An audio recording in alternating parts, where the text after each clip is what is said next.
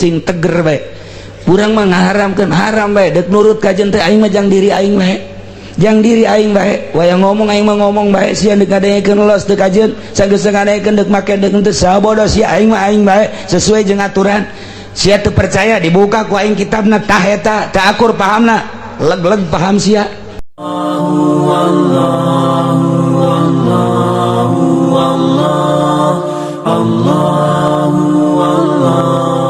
wah teh terus di zaman Kangjeng Nabi dakwah amar ma'ruf nahi munkar ge jelema teh teu milu kabeh hate Kangjeng Nabi langsung leuleus manusiawi ngaranna itu kene para sahabat manusiawi secara kemanusiaan di mana dakwah teu nuturkeun teh aduh tapi ketika kembali ka Gusti Allah jadi titahna ge nyampaikeun doang teger ketika leuleuh hasilna loba keneh jelema nu teu nurut leuleus ketika kembali ka tugas ge nyampaikeun doang teger manusiawi ngaranna kos kitu jeung kos kitu jeung kos kitu ketika aya kebimbangan aya tah ieu teh kumaha secara manusiawi turunlah ayat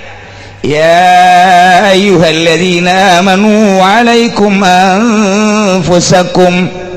wahai jelema-jelema lu hariman sing inget sing eling alaikum anfusakum netepi anjeun ka diri anjeun jaga diri anjeun pelihara diri anjeun ulah sampaikeun ka bawa caah ku permaksiatan keun bae batur mah la yaturrukum man dhalla idza tadaitum moal ngabahayakeun jelema anu bahaya moal ngabahayakeun jelema anu bodoh moal ngabahayakeun jelema anu nyacan idza tadaitum di mana anjeun geus boga hidayah di mana anjeun geus menang hidayah di mana anjeun geus istiqomah dina hidayah Allah kajen batur mah batur bae maneh mah alaikum anfusakum na ieulah ngangeunahkeun ka Kangjeng ngangeunahkeun jang para mukminin nu mantap ayat ieu cek Sayyidina Abu Bakar teh jang engke ieu mah di akhir zaman lain jang kuari geus dipersiapkeun ayatna ku Gusti Allah diturunkeun ka Kangjeng Nabi urang melalui malaikat Jibril tapi dipraktekeunana mah cek Sayyidina Abu Bakar engke di tahun 2011 geus aya ayatna geus aya ayatna kuari ieu pake urang ayat ieu pake ya ayyuhalladzina amanu wahai jelema nu ariman kelas-kelas para kiai kelas-kelas para ustad ge anu teu asup Golkar ge nu teu asup partai ge nu teu asup organisasi ieu mah ayyuhalladzina amanu anu bener-bener dek dakwah tapi teu mampu dakwah anjeun teh nu mantak teu mampu kunaon loba jasa halangan-halanganana ti sisi ti gigirna kudu kumaha tuh ieu urang mun dakwah make birokrasi geus eueuh mun urang dakwah make kekuatan moal kebal sabulan masina ge dibunuh urang dakwah make sumut ge kuari teh geus sing harieng ceuli teh ngaharamkeun kredit bae ge nu jadi musuh kiai deui ngaharamkeun invest daging bae ge lah kieu uci bae didenge ulah didenge geus kadar itu bae ngaharamkeun bunga bank ulah dituturkeun moal maju sia kiai keneh nu ngomongna berarti kan geus kumaha ieu teh deuk gadakwahan saha lantaran nu dakwah kiai nu ngahalangan kiai keneh bae anu boga hayang porsi nu hayang boga porsi nu hayang boga kamangpatan di bank teh di kredit teh di daging teh dan lain sebagainya nyana nu ngahalangan teh berarti geus teu daya teu upaya tidak satu suara dakwah teh padahal kitabna mun ditanyakeun Al-Qur'an mun ditanyakeun hadisna Bukhari Muslim mun ditanyakeun usul fikihna Jamul Jawame mun ditanyakeun alatna Sarwa Alpiyah Johar Maklun Mantek Juman dan lain sebagainya tapi ketika geus wujud jadi kiai tita dakwah teu satu suara nu ieu ngaharamkeun nu ieu henteu bahas coba urang bahas di NU tentang kepemimpinan wanita dibahas tadina haram sekian tahun di tahun 2000 di tahun itu 26 hitoh 26 baheula tahun 26 sampai di masa Gus Dur haram kepemimpinan wanita sebab NU adalah organisasi sosial keagamaan mutlak dikemas ku Ki Hasyim Muzadi boleh hese suara geus boleh geus bae masyarakat gejang geus kiaina gitu kan ngamenang. Ketika satu suara riba haram,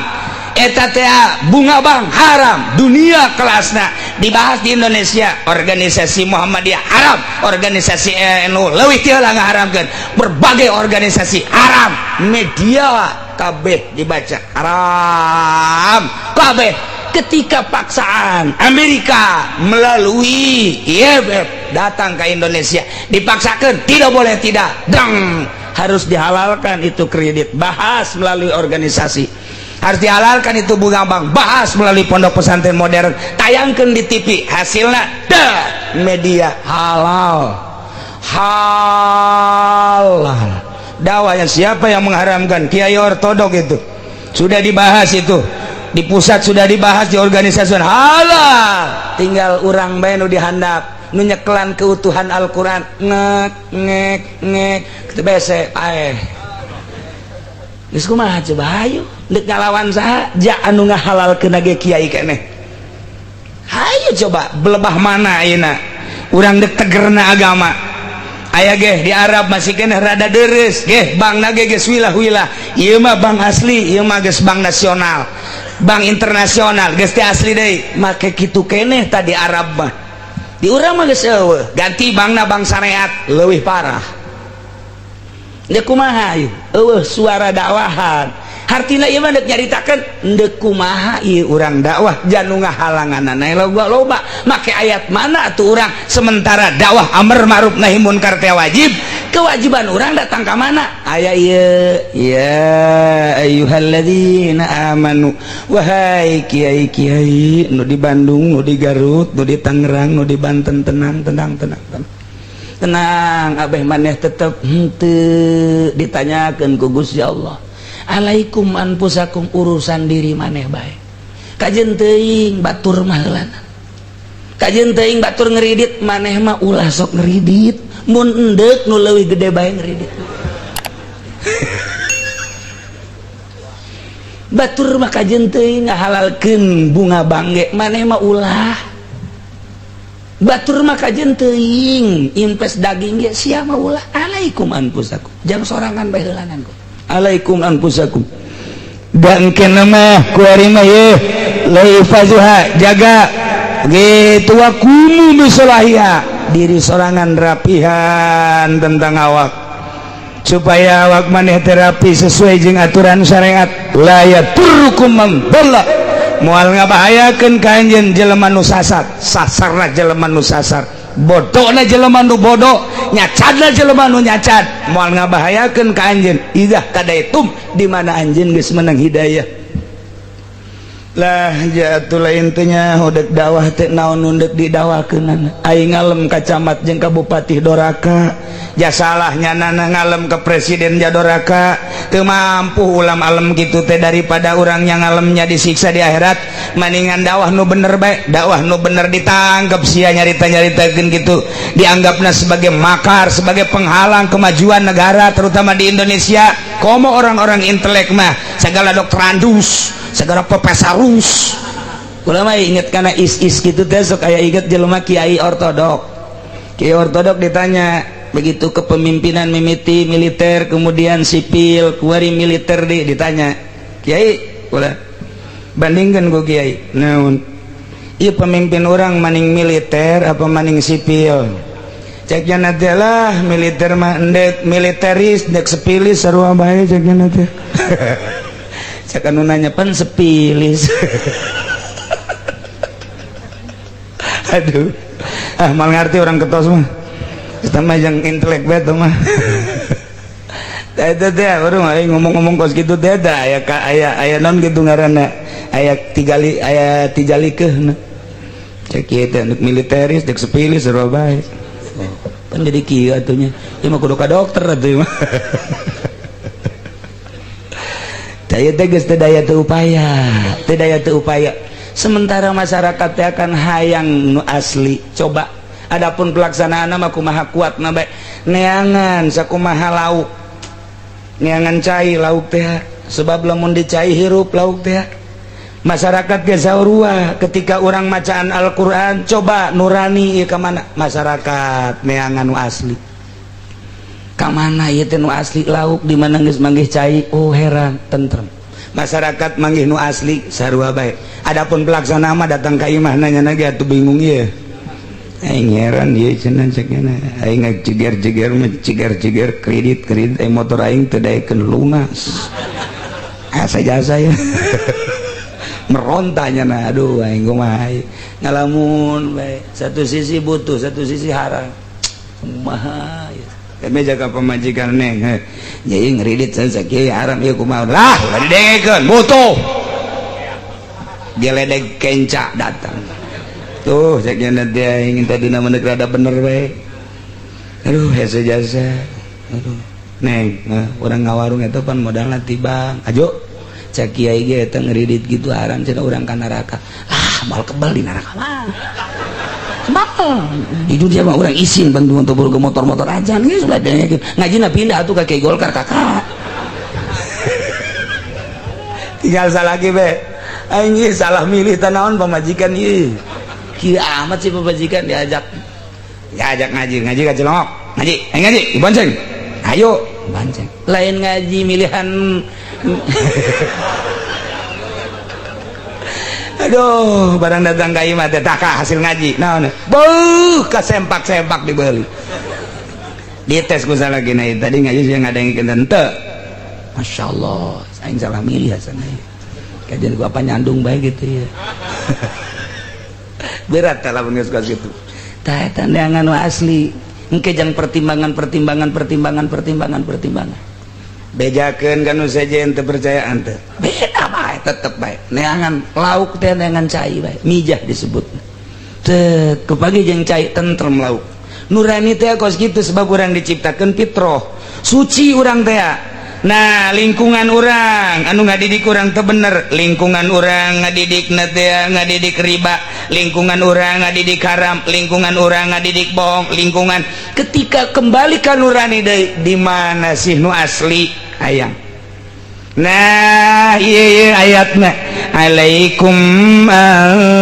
anfusakum ketika aranjeun kabeh hararese jang nyaritakeun dakwah amar ma'ruf nahi mungkar anu bener lantaran nu ngahalanganana di kalangan anjeun keneh cek kurang perahyangan mah piring ge tara pake truk jeung kekenceng piring mah jeung piring deui gelas mah jeung gelas deui aya bahasa ti Kiai Hairun gedang hepe menan hepe ku baturna kilo kaya gedang hepe katendet ku nangka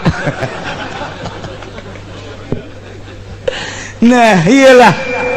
nah kudu kumaha tuh alaikum anfusakum diri anjeun sekuatna datang ka mana rapihan diri anjeun ifazuha jaga diri anjeun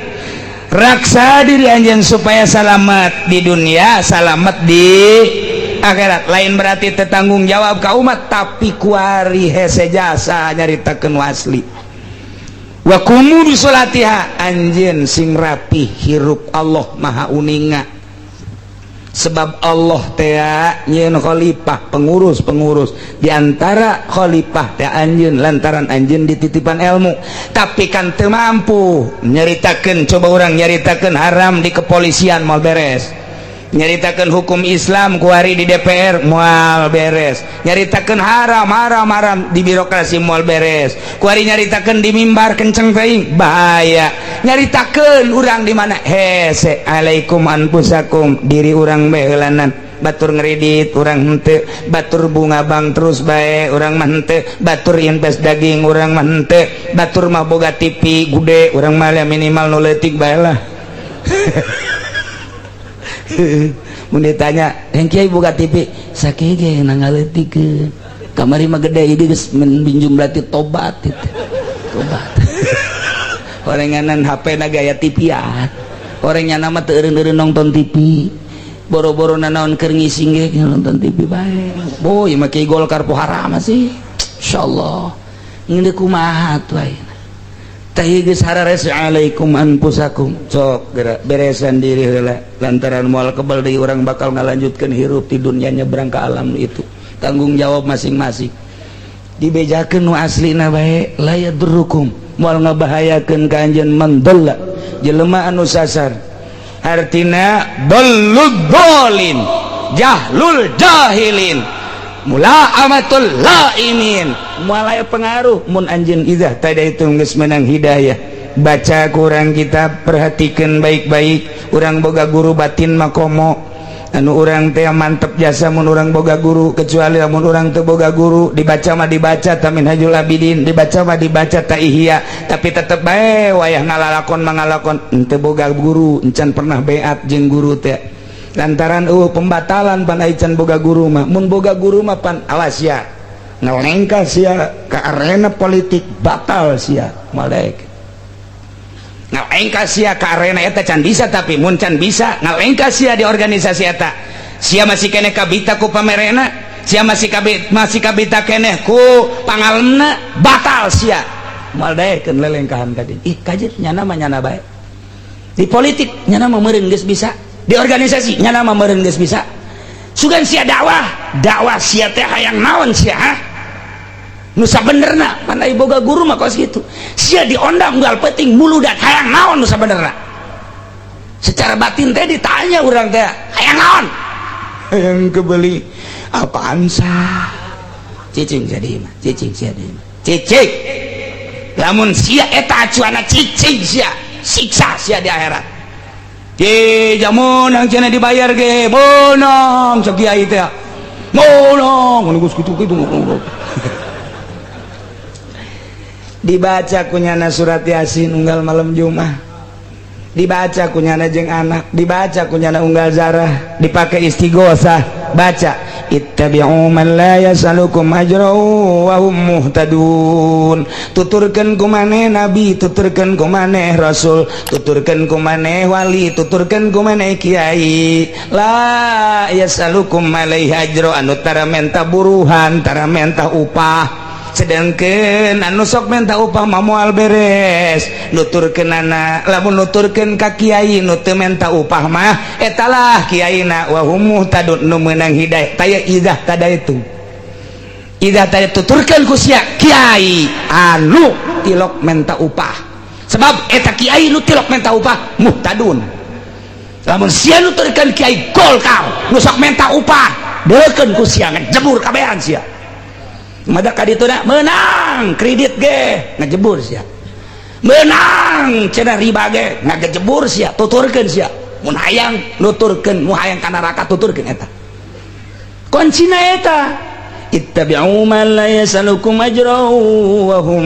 muhtadun dibaca ku kiaina eta di mah bupati korenganan di jerona teh eta teh nyana teh keur menta buruhan dibaca ittabi'u man la yasalukum ajran wa hum muhtadun dibacana di pendopo hari praktek horeng hayang menta 3 juta sakali maca Yasin muit tolol kiai goblok ayat eta engke nu bakal ngahajar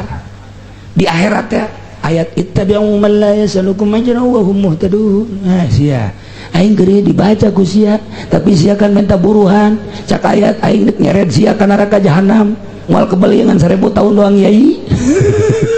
isi dalam baca kusia di pendopo baca kusia pakai istighosahat baca kusia babarengan jeung masyarakat ittabi'u man la yasalukum ajra wa hum muhtadun sia na ge menta buruhan deuk bener kumaha masyarakat deuk bener kumaha nah sia beunang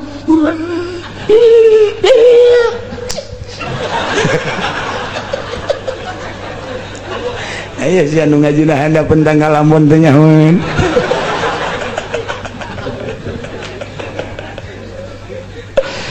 ieu urang teh butuh penjernihan batin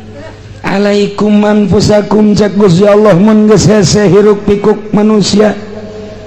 geus hese maneh gerak jang dakwah amar ma'ruf nahi munkar nu diwajibkeun jang diri maneh bae ku ari mah ulah tergelincir kana maksiat pamajikan ajak anak ajak lamun boga santri ajak tuduhkeun lamun maneh anu ngadengekeun pengajian bae bejakeun nu sabenerna lamun maneh ayeuna mah dihina bae eureun lamun maneh ngaharam-haramkeun kredit aju maneh teu kuat eureun di kelompok eta neangan deui tempat nu saja lamun maneh nyampaikeun bahwa riba buang bank teh eta teh naon kitu ngaranna bunga bank teh riba aju dicemooh maneh eureun daripada engke mana di sel mendingan pindah tempat bae pindah tempat lamun di mana geus hese balik deui ka imah sampaikeun di imah bae di imah ge teu meunang nyampekeun ka anak bae hareos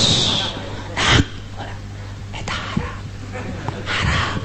kredit eta haram sok anak mah batur ge ngredit ya si anak nurut ka saha ka abah tuh antul apa mah kuno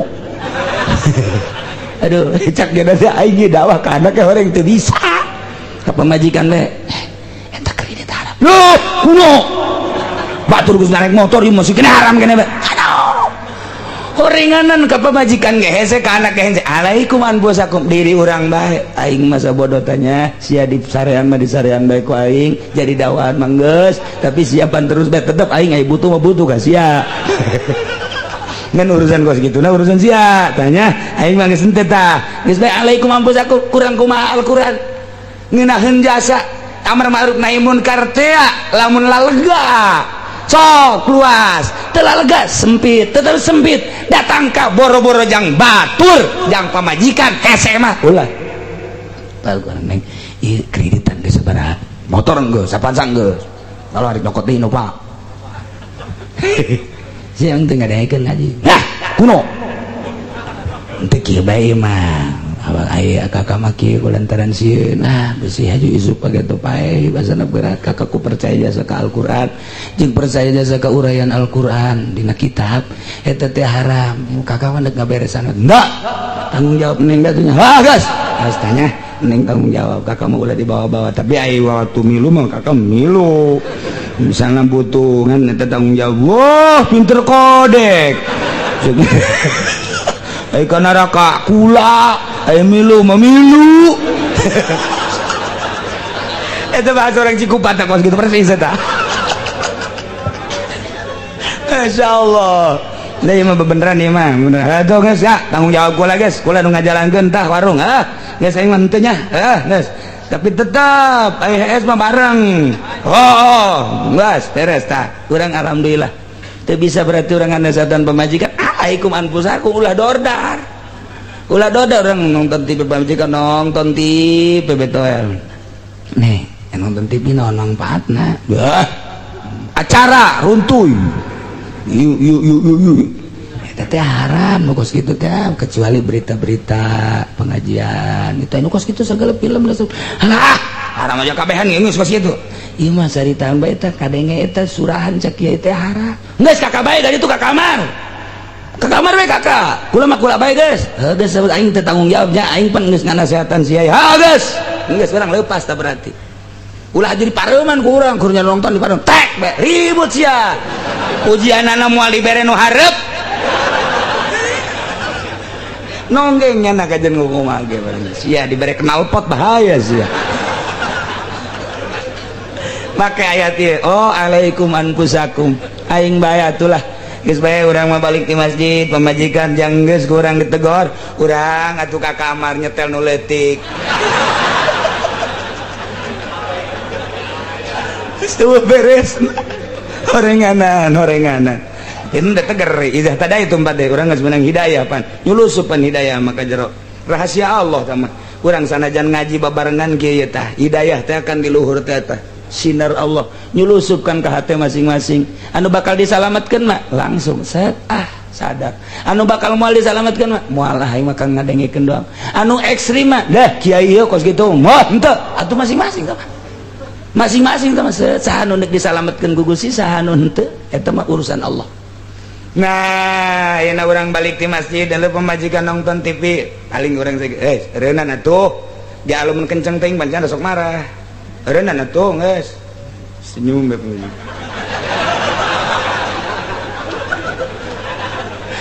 urang geus ka kamar kieu bae lah aing aya boga pemajikan terus bae urang leuleuy bae alaikum anfusakum urang heula ulah nonton TV orang terus keke pemajikan isinin sorangan gitu iya mah tunda kumaha nitah pemajikan anak ya orang aya eta naon emang eta naon eta mah ting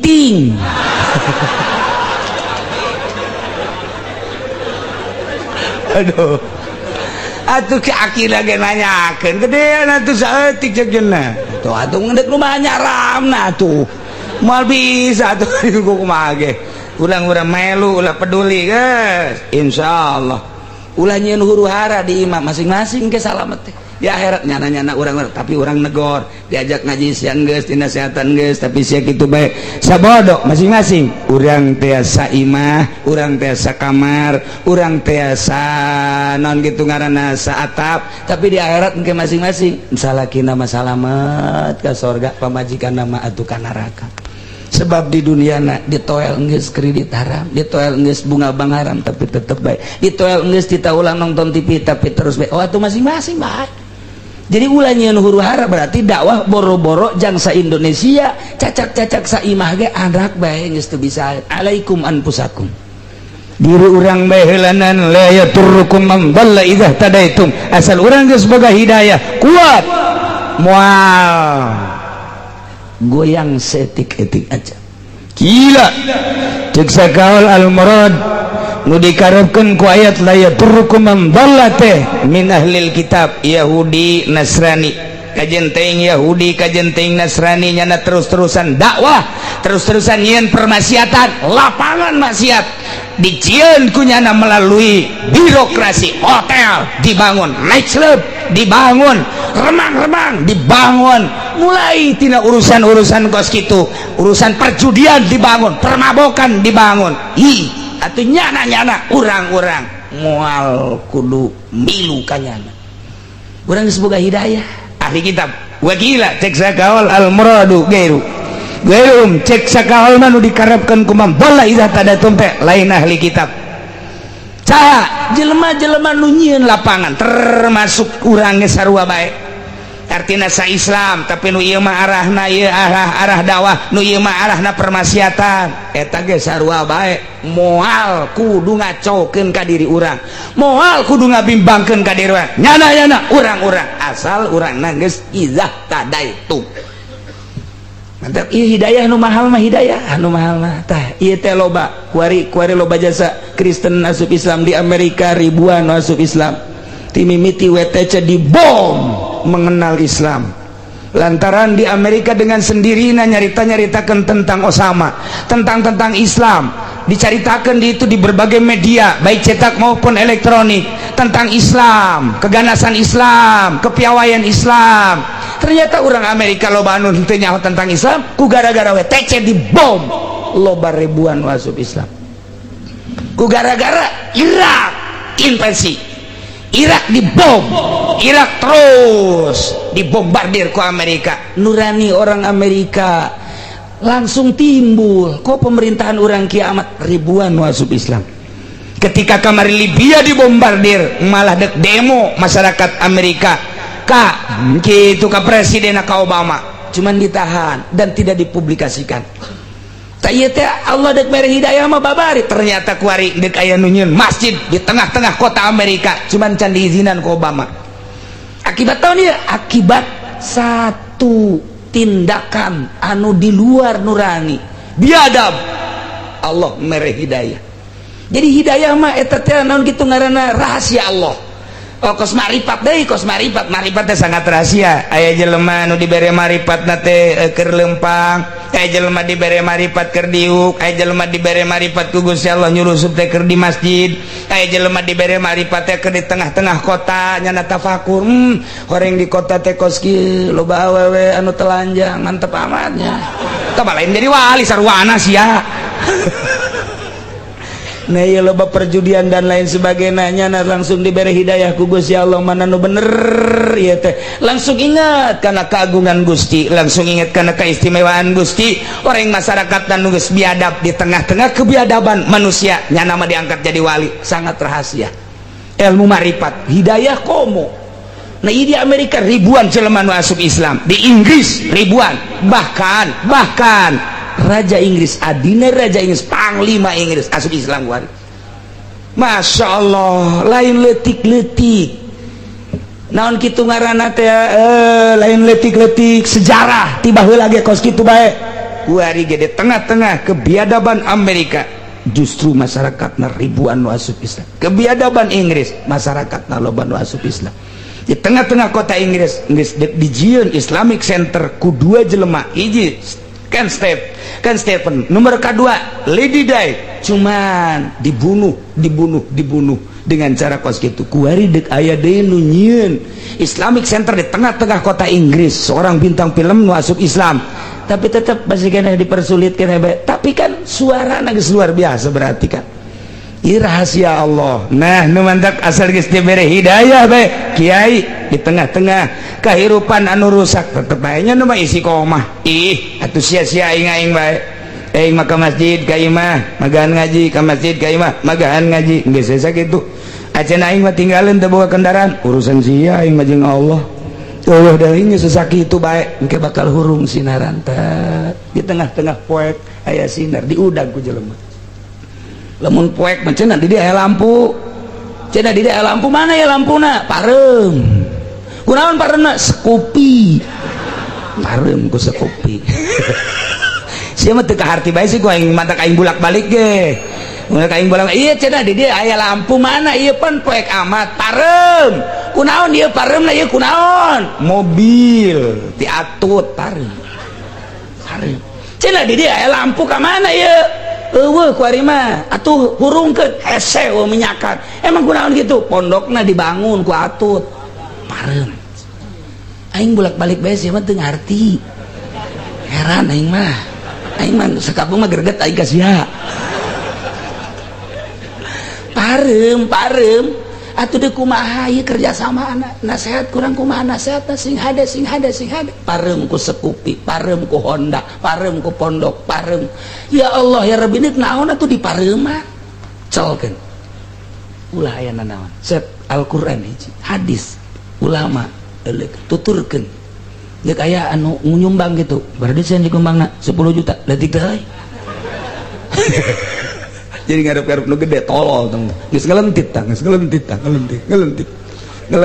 dibere teh 20 juta leutik dibere 20 nganggeuskeun ku sekupi ces Pandeglang sapandeglang pareum, serang saserang pareum, Tangerang satangerang pareum, keur carita di Banten pareum. Kemudian Bogor di Bogor ku pilkada pareum, Bandung ku pilkada, Garut ku pilkada, komo kiai di Garut maceng pikri, dulur-dulur na kiai malulunya nage termasuk kiai, mareuman pondok-pondok pasantren, ku ari nu tadina aya santrian di Garut tadina 50 ku ari geus wassalam. Tinggal pondok bae 2 tingkat, santrina eueuh nyanana geus teu ngaji, wassalam. Pikri ini kumaha teh mareuman teh mareuman ulah kitu geus cing teger bae urang mah ngaharamkeun haram bae deuk nurut kajen teh aing mah jang diri aing bae wayang ngomong aing mah ngomong bae sia deuk ngadengekeun los teu kajen sanggeus ngadengekeun deuk make deuk teu sabodo sia aing mah aing bae sesuai jeung aturan sia teu percaya dibuka ku aing kitabna tah eta teu akur pahamna leg-leg paham sia geus bae bakal sinaran itu mah gede amat hurung mah itu mah obor mah penuh deket kacaangan nu jauh kasih lalatuan eta obor nu mentak nu ngaji dari Tangka Lambon mah silalatu mah Allah dibere mukjizat lu engke di akhir zaman ulah Kangjeng Nabi Muhammad cak kaum Hawariyun.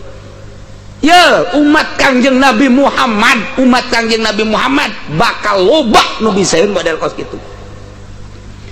Lain pangeran Isa teh manusia biasa diangkat jadi rasul ngan dibere mukjizat nu luar biasa. Nabi Muhammad engke mukjizat pohara jasa cak kaum Hawariyun, pengikut setia terhadap Kangjeng Nabi Isa alaihis salam ke umat Kangjeng Nabi Muhammad di akhir zaman bakal loba nu bere karomah. Di antara karomah umat Kangjeng Nabi Muhammad awewe embungan make ini roaitu ahada asyara qaut nuturkeun pelet tamatuh ta eta istimewa umat Kangjeng Nabi Muhammad. Wah lamun urang nyaritakeun karomah warawali di urang para wali sanga di Banten aya Sultan Hasanuddin nu belah dieuna kitu Syekh Asnawi Caringin atuh pan Syekh Asnawi Caringin ge di Lampung kahuruan muridna kunaon atuh nyana di dieu dicaringin maremana dicaringin di Lampung muridna kahuruan dicaringin nyana tadi hareupeun masjid Caringin nyokot cai parem cek nyana parem kunaon nu di dieu anu disirat-sirat nu parem di Lampung coba ayo eta lamun lain karomah kumaha nu mantak urang di zarahan ge eta pohara jasa Syekh Asnawi mah di dieu nyana mah tadi hareupeun masjid parem geus yang 3 kali nu di ditu nu parem urang mah diparem-parem di dia ngagebrah insyaallah geus pokona mah hese wali mah atuh pan aya jelema deuk ka Si Abdul Qadir awewe terbah di gunung aya jelema nu ngazinahan di bakekeng nyaon teh di bakekeng eta bahasa bakekeng model tah eta teh Inggris asli di bakekeng dibukaan bajuna dipreteli kemudian sempakna dibuka geus dibakekeng geus dilempengkeun senjata ampuhna ta eta teh geus tinggal der asal kenop dipencet dur kumaha eta awewe mun tayang ka Gusti langsung ka Tuan Syekh Abdul Qadir ya Sultan Aulia Syekh Abdul Qadir kabeneran Syekh Abdul Qadir na kapan endek ngalawudu make bakiak di handapna begitu dileuk cek Syekh Abdul Qadir wah dek di sinan bakiak dicekel dibalakeun teng di Baghdad ka Mesir coba sabaraha eta jelema nu keur ngabakekeng teh kan kena bakiak jager bae dibalangkeun di Baghdad deuk ngalawudu nu kena di Mesir coba eta pikir Masya Allah teh masih kene kakarak sakali ngan puyeng doang dibakekeng deui sakali geus sakali deui mun tayang deui ya Sultan Aulia agisni cak eta we tulungan abdi ya Abdul Qadir tulungan abdi kadengeun eta gegeroan awewe nu agisnian cekel deui bakiak sakali deui juager bae wah atuh geus puyeng enggak geus saya nyaritakeun untuk kena bakiak goleh salamet awewe dibawa bakiakna aku eta awewe datang ke Baghdad ieu bakiak tuan tinggal jamaah bae pan bakiak jauh amat eta bakiak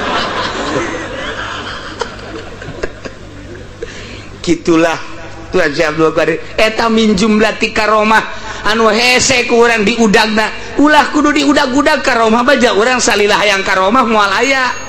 lain karomah emih mah mal bisa tuh orang hayang karomah ibadah hayang karomah tuh istidraj ka ditu al hikmah tamah al hikmah tuh kasih mah ibadah ka Gusti Allah mah ikhlas justru embung aya karomahan hayang teh ka Gusti bae dibere dunia teh hayang abdi mah dunia mah hina dibere mulya teh hayang abdi mah kamulyaan mah besi di dunia doang dibere ku batur di agung-agung teh hayang Gusti abdi di agung-agung besi hanas di dunia di agung-agung di akhirat ku Gusti dicilakakeun hayang naon atuh mana hayang sorga teh hayang sorga abdi mah hayang naon hayang ka Gusti pada teh hayang ka Gusti teh teh angel ja sapan urang mah tetep bae hayang ka sorga bae ja atuh hayang ka sorga bae sia kunaon teh hajut hayang sorga tuh sorga aja salah urang atuh henteu emang potongan sia mah kos kitu cukup jang potongan sia mah kudaek salat hayang ka sorga ge cak jang potongan urang mah ieu senang sakitu ge ngan ai wali mah geus lain atuh jang naon sapira sorga tuh paningan kanu nyeuna tuh eta geus pohara tah lamun urang geus datang ka dieu ngan lain sungut kos kitu mah mah caritaan doang ieu batin tah deuk ngaleupaskeun anapan hese eta mah kos kitu mah kudu melalui mentang mata ti peuting bari nonton main bola tuh kudu muter-muter tasbih tak eta tuh lamun laju kitu bae moal bisa lantaran ditapakuran di muraqabahan di zikiran ditapakuran kakarak dal kitu ge lamun geus wayahna ku Gusti sedeng sia ka aing ngaharep teh bere ku Gusti kakarak plong pindah nu tadina butuh ka dunia ku hari mah henteu tadina hayang ka akhirat ka surga ku hari mah henteu geus pindah sababaraha alam ku hari mah ka Allah bae geus aya ngahiji jeung Allah tabahasa ngahiji jeung Allah eta lah nu ditentang ku para Wahabi ku para Muhammadiyah ku para gitu di luar ahli sunnah wal jamaah eta mah ngabahasakeun ngahiji jeung Gusti Manunggal eta mah bahasa nu hese ngabahasakeun ieu teh eta padahal mah justru di hate teh geus eueuh hihijian geus eueuh hulul geus eueuh ngan hese ngabahasakeunana nu mantak teu meunang ilmu tarekat dibikeun ka sambarangan jelema sebab pembahasanana beuki luhur beuki mantep kadituna mun teu ngaji heula teu ngaji tauhid sasar sebab ngabahasakeun anak ngahiji jeung Allah oh berarti Allah aya di nyana tah cekel Gusti nyana nyekel Allah sia eta sasar bahasa kitu mantak Syekh Siti Jenar dibunuh bae Kiai Halaj dibunuh bae naon sababna nyana ngomongkeun Allah teh kula anallah kula Allah bunuh bae padahal teu salah di akhirat pangheulana ka sorga cek si Abdul Qadir lamun kula sazaman jeung Ki Halaj kula nu bakal kitu naon ngaran nyalametkeun Ki Halaj teu salah teu naon ngan salah soteh bahasana kadenge ku nu bodoh atuh nu pinter mah kitu bae terus lamun urang terus be ibadah ka Gusti makin mantap makin deket Allah makin deket Allah asa aya Allah aja ditanya Aisyah asa aya Allah di mana di dieu jagana saya oh berarti dinya aya Allah heuh itu kan sasar pan Allah mah bi ghairi makanin eueuh tempat sugan dihareup di tukang digigir di luhur di handap aya nyebutkeun di dieu aya Allah atuh urang ge lamun geus ngaji tauhid hate asa aya we di Allah teh di dieu tah eta teh kos kitu terus makin mantep tah Muhammadiyah geus pesimis ti heula bae mantep oh nu jadi wali cenah lain wali nikah mah teu nyaon nya mah kangenahan ibadah moal bisa mana aya nu teu ancup kadinya nikmat ibadah moal aya tuh iyalah kaum Hawariyin ngajelaskeun wahai manusia Isa lain pangeran Isa lain Tuhan Isa mah nabi diangkat jadi rasul dibere karomah tekadkeun ku maneh Nabi Isa nabi rasul lain pangeran geus jelas kaum Hawariyun ngajelaskeun jelema nu luhur keyakinanna kaum Hawariyun teh pembela terhadap Kangjeng Nabi Isa alaihis pengikut setia ke mana bae di mana bae nyanalah nu ngahadang kemunkaratan lantaran geus belah dua manusia teh nu hiji mangerankeun ka Kangjeng Nabi Isa nu hiji ngarasulkeun penuh ka Kangjeng Nabi Isa encan ye di luar Hawariyun mangerankeun ka Kangjeng Nabi Isa encan ngan arah kana mangerankeun geus aya arah kana nuhankeun ka Kangjeng Nabi Isa geus aya encan lantaran dinobatkeun jadi pangeran teh saenggeusna diangkat ka luhur langit ngan keur can diangkat ka luhur langit nage geus luar biasa Kangjeng Nabi Isa teh wah geus disembah geus dikieu-kieu asal aya Kangjeng Nabi Isa geus dikieu-kieu malah Kangjeng Nabi Isa teh dicoba ku umat-umatna hayang anu coba Isa itu gerokeun kotok tuh kade digerokeun kotok kade di kotok nuturkeun coba pencit Isa pencit coba goreng digoreng coba dahar mah deh atuh babarengan dahar mah dahar coba hudangkeun deui gom ya kotok hudang biinilah hudang deui kongkorongok berangkat Isa pohara jasa atuh lamun urang bisa kos kitu atuh mencitan kotok da urang sugezeuk mencit kotok goreng jeung keluarga gom bismillah hudang deui isu kecitnya moal beak-beak hiji ge asana teh urang mah geus ngaco bae sih ngaco urang mah mun bisa kos kitu teh malah deuk dibisniskeun Kangjeng Nabi teh mujizatna bisa ngocor cai tina ramu jelema 700 Kangjeng Nabi na kieu bae Allah nu nginum nu mandi nu mawa pohara jasa timbul di benak hati orang mun aing bisa kitu asana geus aing mah dibisniskeun ka unggal kontrakan ku aing geus moal diberes ya mah niatna ge kos kitu moal bisa si Abdul Qadir mah bisa kakalayangan hiber timbul di jero hate aing mun bisa hiber mantep deuk ka mana aing hayang ka Bali ialah kaum Hawariyun pecinta Kangjeng Nabi Isa cek kaum Hawariyun Isa kami ngabela anjeun luar biasa eueuh deui Rasul nu diimankeun iwal ti anjeun ngan kami boga pamenta ka anjeun aya naon cek Kangjeng Nabi Isa إذ قال الحواريون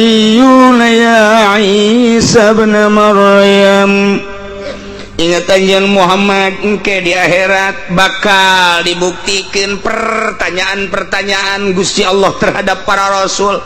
setelah dikumpulkan para rasul teh ta ieu teh engke cek sakaul mah ieu mah munkoti jeung ayat anu awal ieu mah geus nyaritakeun kaistimewaan Kangjeng Nabi Isa kumaha emang pengikut-pengikut Kangjeng Nabi Isa disebut kaum Hawariyun nyarita ka Kangjeng Nabi Isa bin Maryam kieu ngomongna he Isa hal yastati'u rabbuk apakah mampuheun pangeran anjeun bisaeun migawe pangeran anjeun kawasaeun atawa henteu pangeran anjeun kawasaeun naon cek Kangjeng Nabi Isa ayunazil alaina maidatam minas sama pangeran supaya nurunkeun hidangan ti luhur langit coba eta kami deka rumpul kabehan ribuan manusia yang nyaksikeun coba anjeun ngadoa minta ka pangeran mampuheun henteu eta pangeran teh supaya nurunkeun hidangan ti langit kahandap ke ku kami bisa kadeuleu ku kabehan wih eta permintaan lain lalagaan haramat eta menta kaum Kangjeng Nabi Isa pengikut Kangjeng Nabi Isa pengikut setia nu sok disebut kaum Hawariyun menta ka Kangjeng Nabi Isa hei Isa coba turunkan di langit hidangan kami supaya neuleuh Masya Allah mendet jadi rasul teh berat kitu keneh jadi wali emang kumaha gitu teu meunang salah kitu keneh jadi ulama teu meunang salah ulah sok kajunga doa jadi ulama lamun boga mustajabud da'wat mah sing hade mentek kiai teu meunang nyapa lain kiai nu sok supasapa mata mah jawara nu kos kitu mah cek mantog sia kitu bener bae anakna mantog jak aing je sia teu nurut ka aing paling mah boga telu jawara tah mah kiai beulah jelema di Ciduhan kiai di Ciduhan alhamdulillah mudah-mudahan eta budak nu di Ciduhan panjang umurna kitu kuduna kiai mah aya nu nakol ceger ka huluna alhamdulillah sakieu ge aing mah henteu paeh ditakol ku sia nuhun geus teu masalah jadi ngeunaheun ieu mah tuh kiai kekarek di Ciduhan goblok sia boga sabar letter sia Ciduh ayo ngadu Ciduh jeung aing sia itu lain kiai atuh kos kitu kiai mah kudu cicing keur dicoba ku Allah diomongkeun dijauhan ku muridna ke deukeut deui engke dibere engke dipenta eta kiai ngaranna engke diagung-agung engke dicaci maki dipenta datang ka kumaha kategeran jiwa jeung katauhidan eta kiai nya henteu cek Allah sia ka aing ketika sia diagung-agung tah pangagung teh ti saha teh kan sia ketika sia dicaci maki cercaan teh ti saha eta lamun asa ti manusia geus sakitu tah sia boga manzilah boga derajat teh moal naik tapi lamun dak diagung-agung pangagung teh da lain ti sasaha ti Gusti mun ku Gusti teh diagung-agung mah da moal ngagungkeun sanes nu abdi nu Gusti hiji mangsa dicaci maki caci maki jeung cercaan teh lain ti manusia hakikat mah ti Gusti nyanggakeun deuk diagungkeun deuk dicaci maki abdi mah dadek ka Gusti bae hamba ai naik ya naik ka mana ka tanggal kalapa tuh jadi lamun can dicoba can bisa tuh ketika dar diberean tah sia diberean ku murid sia teh eta tekad sia ti mana ti Gusti sanes ti murid eta nya datang eta mah alat Gusti pikeun ngadatangkeun ka abdi nyanggakeun ka Gusti isuk pageto aya nu menta hah sia sata ti Gusti sarua bae dibere teh Gusti teu turun darajat sia ese nek jadi wali teh urang mah ngadengnya bisa kakalayangan hiber bisa mustajabud da'wat jelema cara lager eta teh ya kos kitu mata mah embohna nyanana mah embungeun ketika dicobana pahit anu luar biasa pahit kama kapahitanana dicarekan ku pamajikanana boro-boro nyandung jeung usajen pugunya namanya rekan bae ku Sidina Umar teh hutet kapan lamun di medan laga mah musuh teh gindir boro-boro musuh setan lompat ka Sidina Umar tapi di mana dicarekan ku pamajikanana kumis tinggal kumis gede pan Sidina Umar dicarekan bae buktina ya sahabat datang dek keluhan pemajikan aing dicarekan bela aing dek bebeja ka Sidina Umar pas datang kalawang Sidina Umar keur dijerot can keluar cicing bae didegekeun keur dicarekan ku pemajikanna teu ngalawan Sidina Umar teh teu ngalawan cak sahabat aing dek bebeja dicarekan ka nyana geja sarua aing balik bae cak nyana balik aing ge sarua jeung aing nasibna balik begitu kuluyur kadeuleun ku Kade. Geus lila mana? Geus, saya naon? Lah teu kudu dicaritakeun akur naon kitu. Ampura Amirul Mukminin kula datang ka dieu jauh-jauh maksudna dek bebeja naon? Bebeja bapak pemajikan goreng jasa akhlakna. Maksudna, isuk nyarekan, sore nyarekan, ai brak datang ka dieu tuan keur dicarekan. Atuh sanasib. Atuh kula banding balik, hoy kade dengekeun kula lain teu bisa ngalawan musuh ge dibunuh ku aing cek Sidina Umar wah tuh setan ge sieun bejana ka aing atuh komo pamajikan ngan pan pamajikan teh mang nyeusekeun nu kudu nama aing nu nyeuseuh pamajikan mang masakeun nu kudu nama pan aing baju-baju aing atuh kudu diseuseun aku tapi pan pamajikan mang nyeusekeun kemudian anak-anak nu urang pan eta kudu nama urang nu nyusuan bak pamajikan dibayar henteu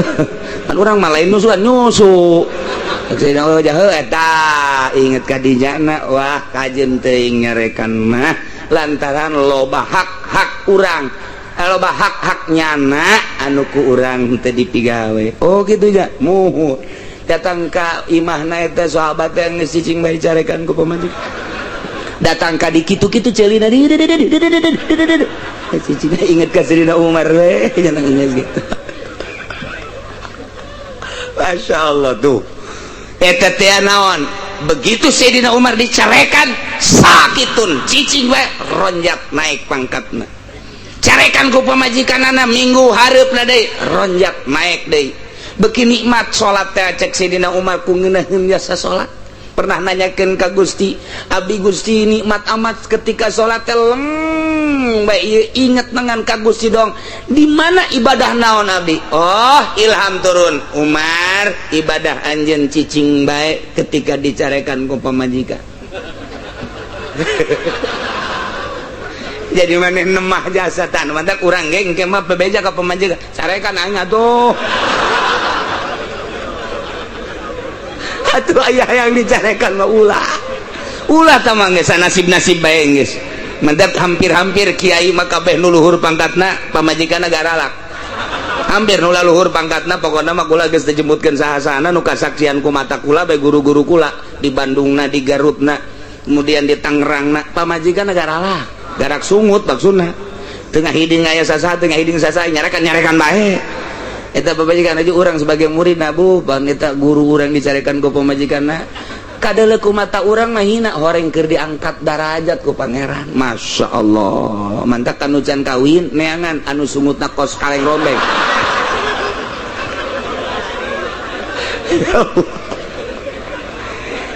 teh ieu kaum Hawariyun mintana ka Kangjeng Nabi Isa lain lalagaan ayunazzil alaina ma'idatan minas sama kami hayang nyaksian supaya pangeran bisa tante nurunkeun hidangan ti luhur langit kumaha cek Kangjeng Nabi Isa qala taqullaha in kuntum mu'minin Kangjeng Nabi Isa ke kaum Hawariyun we kaum atuh ulah sok sambarangan pun tapenta teh anu wajar-wajar bae eta mah menta teh asana di luar kawajaran sing sieun atuh anjeun ka Gusti Allah lantaran anjeun teh kapan ahli tauhid nauhidkeun ka Gusti Allah percaya ka kaula bahwa kaula teh utusan Allah sing sieun sing rempan sing hati-hati atuh dina jijieun ayat ulah sok sambarangan bu tama pamentaan anu lain sambarangan in kuntum mukminin lamun anjeun ngimankeun ka Gusti Allah ngimankeun ka kaula sebagai rasul ulah sok menta anu macam-macam kumaha teh ngajawabna qalu nuridu an na'kula wa tatma'inna qulubuna cek kaum Hawariyun wahai Rasulullah Isa kami mengharap pamenta kami hayang diturunkeun hidangan soteh ieu mah aya sababaraha harapan kami hiji anak kulamin hayang dahar tina rampadan hidangan langsung ti luhur langit hayang ngarasakeun langsung tina mujizat nomor kadua wa tatma'inna qulubuna hayang tentrem hate kami hayang leuwih mantep keyakinan kami lain teu percaya ka anjeun sebagai rasul tapi kami supaya leuwih mantep luar biasa imanna ka Allah iman ka anjeun sebagai rasul Allah ai kitu mah doa maneh langsung teh kasaksian ku kami mantep keyakinan kami masyaallah nomor katiluna wa na'lama qad sadaqatana jeung kami nyaho berarti kana kabeneran anjeun nyaritakeun bahwa anjeun teh diangkat jadi nabi anjeun teh diangkat jadi rasul tah lantaran geus gadeul ku kami mujizatna kami teh berarti henteu mangmang deui ngabenerkeun ka anjeun selaku rasul wa takunu 'alaiha minas syahidin wa nakunu 'alaiha minas syahidin jeung kami langsung hayang nyaksian eta hidangan ti luhur langit kitu kami teh hiji hayang barang dahar langsung ti langit tanpa masak deui bahwa ieu teh mujizat nomor kedua supaya tentrem hate nomor katilu supaya tambah-tambah keyakinan bahwa anjeun bener-bener diangkat jadi rasul nomor kaopat nakuna alaiha minas syahidin wah mikabehan hayang langsung neuleuh nyaksian dengan tujuan anu bagus para pengikut Kangjeng Nabi Isa boga kahayang nu sakitu luar biasa na dipukar dipikir ku Kangjeng Nabi Isa dibulak-balik Kangjeng Nabi Isa teh mikir dibulak dibalik ieu teh lain kahayang nu leutik tapi cek Kangjeng Nabi Isa teh lamun henteu ge jadi kabahayaan di samping eta deui motivasina tujuanana sakitu bagus hayang tambah keyakinan jeung hayang tentrem hayang mantep luar biasa di jero hatena lamun sekira-kira kaula teu ngadoa ka Gusti Allah asana nyana ngolembar mentak dipaksakeun ku Kangjeng Nabi Isa langsung Kangjeng Nabi Isa ngadoa ka Gusti Allah qala Isa bin Maryam Allahumma rabbana anzil alaina maidah Kangjeng Nabi Isa langsung ngala wudu mandi heula terus wudu terus nganggo acuk anu putih nu rapih bersolek heula Kangjeng Nabi Isa make sorban di luhurna sanggeusna make udang-udang kemudian make tiung langsung munajat ka Gusti Allah Kangjeng Nabi Isa jadi dek munajat kitu heula Kangjeng Nabi Isa mandi heula sanggeus gosala kemudian tawaddoa ngala wudu sanggeus tawaddoa masah make baju heula nu rapih dikunjukkan ka Gusti Allah nu bersih nu eueuh warna-warnian putih urang mapan make batik di dieuna aya deres si Semar mah cepot aduh dek ibadah ka Gusti Allah malaikat kekagetan si cepotan di dinya aduh rapi tanpa aya warna-warna nu lain batik-batik Kangjeng Nabi Isa terus unjukkan pasolla rakaataini salat 2 rakaat Kangjeng Nabi Isa Masya Allah pohara nya jadi Kangjeng Nabi Isa rek ngadoa teh faqama wagtasala walabisal masa wa shalla rak'ataini fataqta'a rasahu wa ghadda basarahu. Mandi nangtung heula dek ngalaksanakeun kahayang para kaumna, kemudian mandi Kangjeng Nabi Isa tingalikeun ku kaumna, beres mandi bebersih nganggo acuk anu bersih luar biasa, sholat rakaataini, sholat 2 rakaat, beres sholat tungkul Kangjeng Nabi Isa, sanggeus satungkul perem matana seakan-akan nu dideuleungan Gusti Allah hungkul, karak ngadoa doa Kangjeng Nabi Isa ieu ye, Allahumma he Allah Rabbana he pangeran abdi sadaya anzil alaina Gusti muga nurunkeun ka abdi sadaya maidatan minas sama, hidangan ti luhur langit, takunu lana aidan li awalina wa akhirina wa ayatan minka, anu hidangan tersebut teh ngajadikeun hari lebaran, muazimuhu wa nusarrifuhu, kami bakal ngagungkeun bakal ngamulyakeun kana turunna eta hidangan sebagai hari lebaran, li awalina ka kaum awal kami kabehan yakni ayeuna nu kasaksian, wa akhirina jeung kaum nu akhir setelah kami ge bakal nyahueun bahwa Gusti pernah nurunkeun hidangan. Datang ka lain umat kaula terus wa akhirina di umat Kangjeng Nabi Muhammad ya supaya nyahueun Gusti, wa ayatan minka jeung supaya ngajadikeun ayat ka Gusti kana kakawasaan Gusti, jeung bahwa kaula teh nabi Gusti lain pangeran, warzuqna jeung Gusti boga ngarizkian ka abdi sadaya, wa anta khairur razikin, Gusti pang bagus-bagusna anu ngarizkian. Masya Allah eta doa beres Kangjeng Nabi Isa ngadoa dijawab ku Gusti Allah, galallahu cek Gusti Allah mustajiban lahu bari nyubadanan kana doa Kangjeng Nabi Isa, inni munazziluha alaikum, wahai Isa kaula nu agung bakal nurunkeun kana eta rampadan, bakal nurunkeun kahidangan sakumaha kahayangna, cuman kade fama yakfur badu sahaja lemah nu kufur sabada diturunkeun ieu hidangan di antara umat aranjeun, fa inni u'adzibuhu 'adzaban la u'adzibuhu ahadan minal alamin, kaula nu agung bakal nyiksa ka eta jelema nu kufur kalawan siksa nu teu pernah kula nurunkeun siksa ka hiji jelema